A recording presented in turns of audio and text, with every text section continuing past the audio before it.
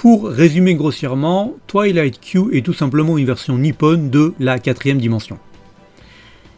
Mais alors que 6 épisodes, tous indépendants les uns des autres, étaient prévus, seuls 2 virent le jour.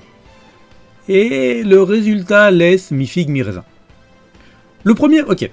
Designé par Akemi Takada, il raconte l'histoire d'une jeune fille qui découvre un appareil photo qui a pris une photo du futur. Au final, cela reste totalement compréhensible et est relativement divertissant. Le second, par contre, oh là là, c'est vraiment du genre expérimental. Ça débute par un avion de ligne qui se transforme en poisson.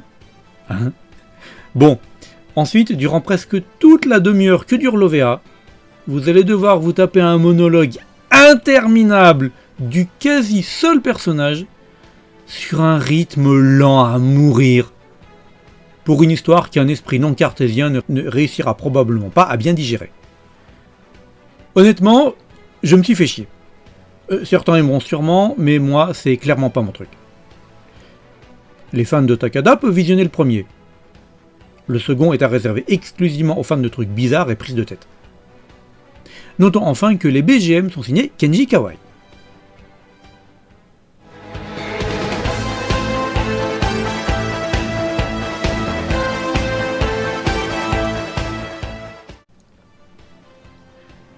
Lou, une elfe à la force démesurée, remporte le premier prix d'un tournoi de catch intergalactique.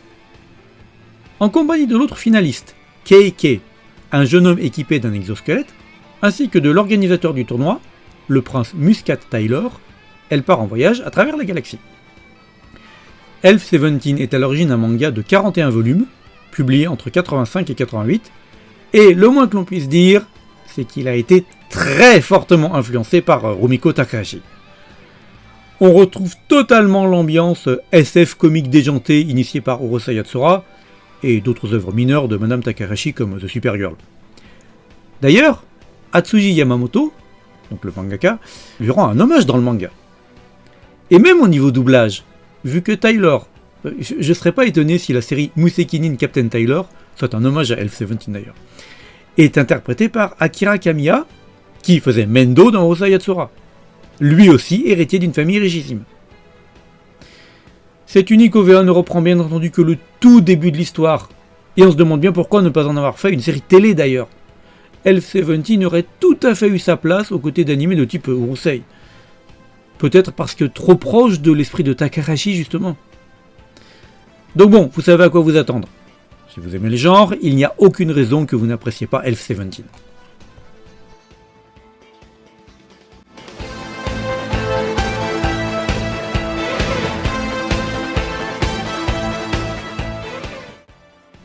Kujaku est un jeune moine bouddhiste appartenant à l'organisation secrète Ula-Koya, chargé au sein de la secte Shingon de chasser et de détruire démons ou monstres se manifestant dans notre monde.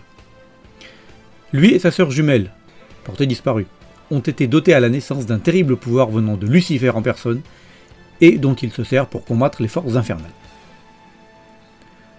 Bon, on triche un peu puisque j'empiète déjà sur l'année 88, histoire que ce numéro ne soit pas trop court. Mais d'ailleurs, je vous l'annonce déjà, le mois prochain, il y aura un gros numéro hors série. A la base, Kujaku-o, littéralement le roi Pan, est un manga très populaire, 20 millions d'exemplaires vendus, paru dans un premier temps entre 85 et 89, avant de connaître plusieurs suites jusqu'en 2019, l'auteur étant décédé juste après avoir dessiné l'ultime chapitre. L'histoire ne dit pas si c'est un hasard, ou bien s'il a précipité les choses, se sachant condamné par la maladie. Et a même plus ou moins généré un boom d'œuvres mélangeant ainsi fantastique et religieux. On se rend bien compte d'ailleurs que Makoto Ogino devait avoir de bonnes connaissances théologiques. L'anime est assez particulier dans le sens où on a d'abord eu droit à une série de 3 OVA, parues entre 88 et 91.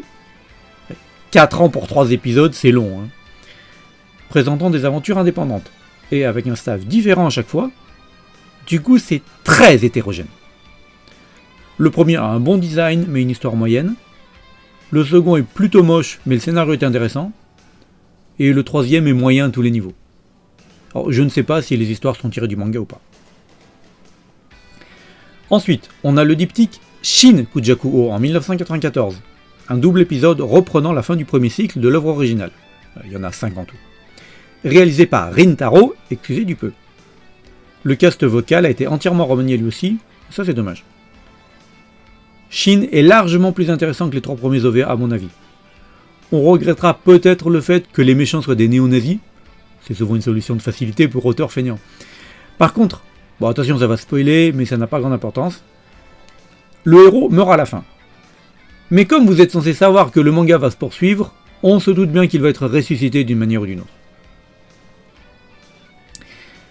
Les 3 épisodes initiaux se laissent regarder, et s'il n'est pas nécessaire de les avoir vus pour apprécier les 2 derniers, c'est quand même mieux. Les personnages sont honnêtes, mais j'ai un gros problème avec Nikko, un des compagnons de Kujaku. Il a la tête de Kenshiro, ok, mais en plus, enfin dans la première partie en tout cas, il est doublé par Akira Kamiya. Ça fait un peu trop là. J'ai eu beaucoup de mal à le prendre au sérieux à cause de ça. On s'entend à chaque scène à l'entendre crier le nom d'une technique Hokuto. Même si au final on le verra très peu.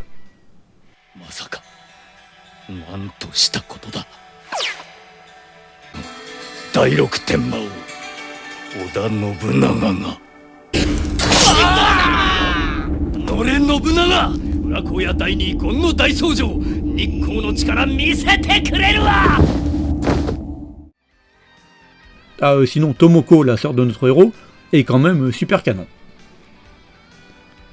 C'est assez surprenant qu'au vu de la popularité du manga, Kujaku n'ait pas connu d'autres adaptations animées.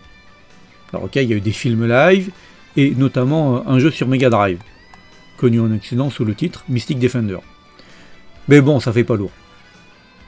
À voir éventuellement, mais je pense que le manga est à privilégier. Ah, et puis, il existe bien un 3e animé, en 2 épisodes lui aussi, publié sur le net en 2015, et qui reprend une partie du 5e cycle, mais au vu du design, je ne veux même pas en entendre parler.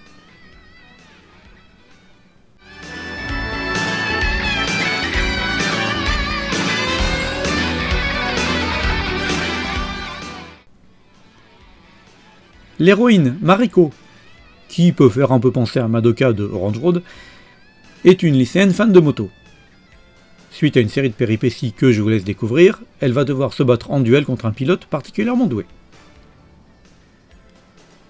Il semble y avoir eu au Japon au milieu des années 80 une mode des mangas et animés consacrés aux motos, et vous l'avez bien sûr deviné, c'est le cas ici. Je n'ai pas grand chose à dire de ce Circuit Angel. C'est un mélange classique de comédie romantique et de course de moto. Honnête tant sur la forme que le fond, mais ultra méga classique. On passe un moment sympa, mais bon, vous l'aurez oublié 2 jours après. La seule petite particularité de cet OVA, c'est son éditeur, à savoir TDK. Oui, le célèbre fabricant de cassettes audio et vidéo. Ils ont fait des animés aussi.